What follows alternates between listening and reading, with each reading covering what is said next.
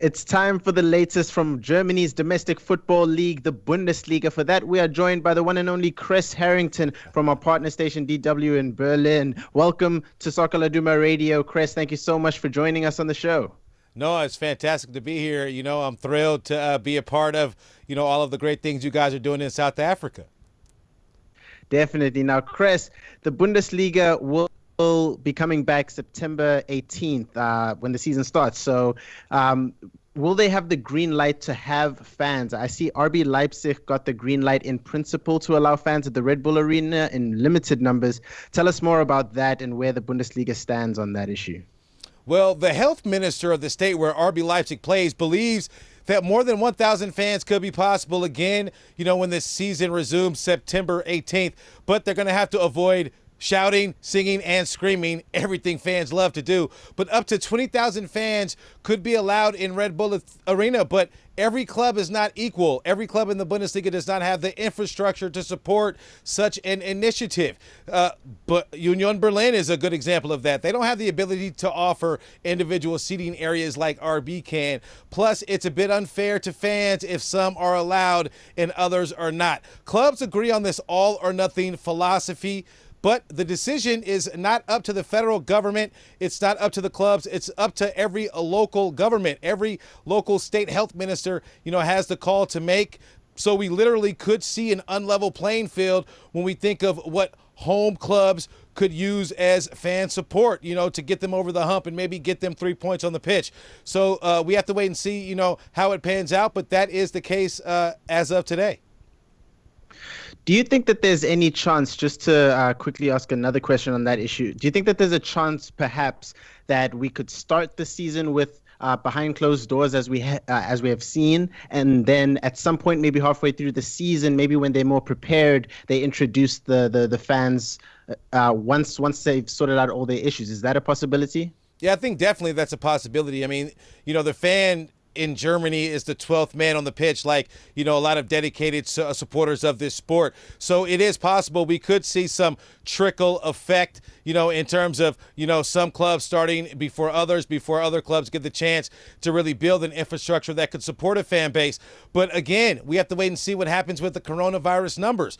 Right now they seem to be under control, but the holiday season isn't over yet. When the vacationers return to Germany, we could be speaking about a completely different scenario, but the ultimate goal is to have fans come back. The Bundesliga resumed before any other club did. They got their season completed, awarded Bayern Munich, the champions. So I do think they will try, to set a precedent in regards to having fans return as well.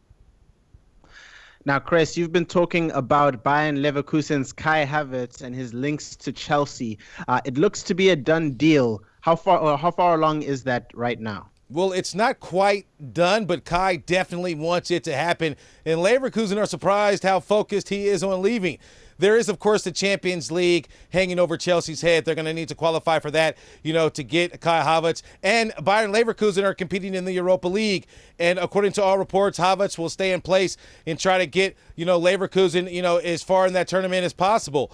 But Chelsea, they're young, they're hungry, but they're also human. Right now, they can get injured. Look at Christian Pulisic. He's down right now. Just imagine, how the depth would be added to that roster if Kai Havertz would be available, on the sideline to come in. That would help tremendously. The craziest thing in all this situation is Anthony Rudiger, Chelsea mainstay and also a German national team player. He played a major role in getting not only Timo Werner to Chelsea, but he's also played part-time recruiter in getting Kai Havertz over to the Premier League side, as it looks to, to happen soon enough. And the sad thing about that is the club has not committed loyalty to Rudiger. His contract is set to expire soon, and we have to see what happens with that. But the loyalty looks like it's a one-way street right now, and that's sad to see because he's been putting in work that he's not paid to put in right now. And how do you think of Kai Havertz linking up with Timo Werner and that Chelsea attack? How do you think he fits into that structure? Yeah, I think it's remarkable. You have to consider the fact that they are teammates on another team, the national team, so they are familiar. Anytime national team players can wear the same domestic jersey, the kit, obviously that's an added incentive, because you get that familiarity with your teammates and so on. And in Chelsea, when you look at that young core, it's a nice, good team that could arguably become the team of the future if they all progress at the same rate. I think, it makes sense. It's kind of a blow to the Bundesliga, seeing all of the young, hot talent leave. It kind of waters down the competitiveness over here in Germany. But all in all, it makes sense, that the teammates would be teammates 2 times, national side and, of course, on a domestic side as well. And what are your thoughts on the other rumors regarding young English prospect like Jude Bellingham, reportedly set to join Dortmund, and following in the footsteps of one Jadon Sancho, who's reportedly set to leave Dortmund? What are your thoughts on those? Well, Jadon Sancho is definitely a trendsetter. Jude Bellingham is set to complete a 23 million euro deal with Dortmund. He's 17 like Jadon Sancho was when he joined Dortmund. Some say Bellingham is even more talented in some respects at that age, and he's valued higher. Sancho was only 8 million, when he joined Dortmund. But I interviewed Sancho when he first arrived, before he became the 100 million euro plus man that we know him as today. He predicted young players would follow his lead. How would you, in general, describe yourself? Fun, vibey, chilled. Okay. I just like good vibes only. I don't really like bad vibes, not me. How did it come to a point where you said, this is it, I'm gonna be a professional footballer? I think it was the people, like my dad, people that are around me at the time. They said, if you're really serious about football, then you've got to make sacrifices. And then from that day, I've made a lot of sacrifices. Do you feel like this is your time now, being a young athlete? I think I could be a role model to people growing up, like to say, my age is just a number, really. So if you're good enough, then why not? So, yeah, especially in England, obviously people in England don't really leave the country until they're 22. I would say to anyone that's watching this that don't be afraid. You're here for one reason, is to make it as a footballer, and obviously you got to take chances. Yeah, of course. You can't be the best if you don't take chances. So, yeah, I just want to be a player where people say, I want him in my team, and obviously people like me for who I am. And now Jadon has played himself into becoming a record transfer in the Bundesliga 2 seasons later. It's only a matter of time before he does reach that benchmark. Amazing what one player can do with the opportunity. And, Dortmund looks set to hold out for around £100 million for Jadon Sancho as well. How likely do you think that move to Manchester United is for Jadon Sancho? He's pushing, he's hinting, he's sending all these cryptic messages and so forth, saying who his father was a fan of and other things like this. Obviously it is a business at the end of the day, and Dortmund, aren't going to give any kind of coronavirus discounts. And we saw the similar thing with Dembele. I think the worst thing to happen is complacency set in with the Sancho. He stays at a club he might not really want to be. Of course, he's going to give his all when he's on the pitch, but we might see, some star power or ego issues similar to Aubameyang, similar to Dembele before him. And you hate to see that happen because it does kind of stain the reputation of a young talent. I think you have to strike when the iron is hot. Right now, the numbers Jadon Sancho put up, right now is the time to seize, on his availability. And I think a club would be wise to pay whatever Dortmund is asking. Another team that has a lot of fresh young talent coming through the ranks is Bayern Munich themselves, who have guys like Alphonso Davies.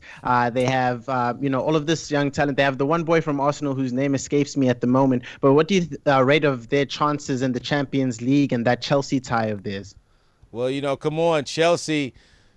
They have quite the hole to dig themselves out of, with the 3-0 disadvantage going into that match. Leroy Goretzka spoke on this, issue right now. It's going to be an issue of collecting dust. Bayern, obviously, they're not competing right now. Chelsea are going to have to be on their A game because they have something to prove in the Premier League in the standings. So they have that in their favor. But me, having interviewed several Bayern players, specifically Serge Gnabry, their training is like a battlefield. Their training could arguably be more competitive than the matches they deal with in the Bundesliga. So I don't think it'll necessarily hurt them. I think their roster, you mentioned Alphonso Davies. I mean, you can't teach speed, and that kid has it, in droves, basically. He's a threat up front. They're a threat with Lewandowski looking very healthy. Thomas Müller, they all look good under Hansi Flick. He's been doing wonders. I have them picked, as favorites for the Champions League, to win the treble this season. And I think everything that they've shown thus far, especially the way they ended the season, you'd be an idiot and insane not to believe that they are capable of doing that. They have to wait and see. Barca, Napoli, a lot of question marks, remain. But as far as Chelsea, come on, man. You're kidding me? Chelsea, they're going to eject Chelsea, very quickly, I think. Now, Chris, I have a lot of respect for you. You're a student of the game, and I'm a young student of the game. And so I have to ask you, how did you fall in love with the Bundesliga in the first place? How did you get involved with that league? Well, I had spent time in Germany before, the military. I was here in the early 2000s. But when the World Cup came in 2006, is really caught my attention, because there was this big focus on Jerome Boateng, playing, and it was also his brother, Kevin Prince Boateng. It wasn't that World Cup, but it was a subsequent World Cup. But, this fixture was a big question mark, because that was one of the things I didn't realize, it was so diverse, and the big stars the Bundesliga actually have. Obviously, as an American football, baseball, and basketball are the big three, but the MLS has been making, their way into that conversation. And, the competitiveness. I'm a former athlete. I love the idea of the underdog, of people being competitive, and having gone to a handful of games. When I first started working at Deutsche Welle in Berlin in 2015, the love just increased over and over and over again, and getting the opportunity to sit and talk to players, picking their brains, seeing what motivates them, the challenges they face, and overcoming obstacles, and succeeding, has really strengthened the love affair between myself and the Bundesliga. It's been quite the roller coaster so far, and I'm quite excited, for it to continue. And lastly, looking at North America, what does a talent like Alphonso Davies, who's from Canada, what does a talent like him do for the sport in North America, particularly when it comes to the MLS and the future of that league? Well, it's clear. Just imagine this. Imagine, you finding an unpolished diamond, in the rough somewhere that most people don't really go and scout to find premier talent. North America is not regarded as a place where you find your upcoming talent. Obviously Europe is reserved for that because of the academies, how much they're developed, and so on. I think with Alphonso Davies, and when you look at where he's succeeding, you look at his football IQ. It's not his natural position, left back. It's not. He's a winger. You look at all of these factors. I think it'll really, have other teams pay more attention to what, North America has to offer in terms of talent. Excuse me.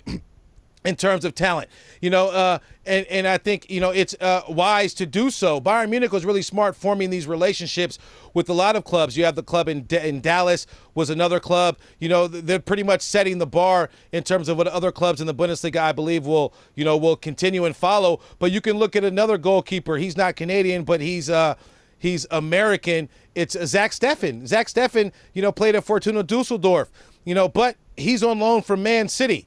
He really got on the radar playing in North America and really regained attention, across the Atlantic Ocean, because he had a stint at the second team at Freiburg. That didn't really pan out so well. So what you have in North America is you have an opportunity for a lot of players that might need to refine some skill sets, but they have that natural talent. And I think, that combination really makes it interesting for teams trying to strengthen their roster, increase their depth in Europe, and trying to remain competitive, because it's all about the prospects and who finds them first and who develops them. And Bayern Munich has definitely set a good example for what other clubs need to start doing in Alphonso Davies. Well, Mr. Chris Harrington, thank you very much for joining us all the way from our partner station, DW. It's been an honor and a privilege, sir. Have a fantastic day. All right, you as well. Thank you.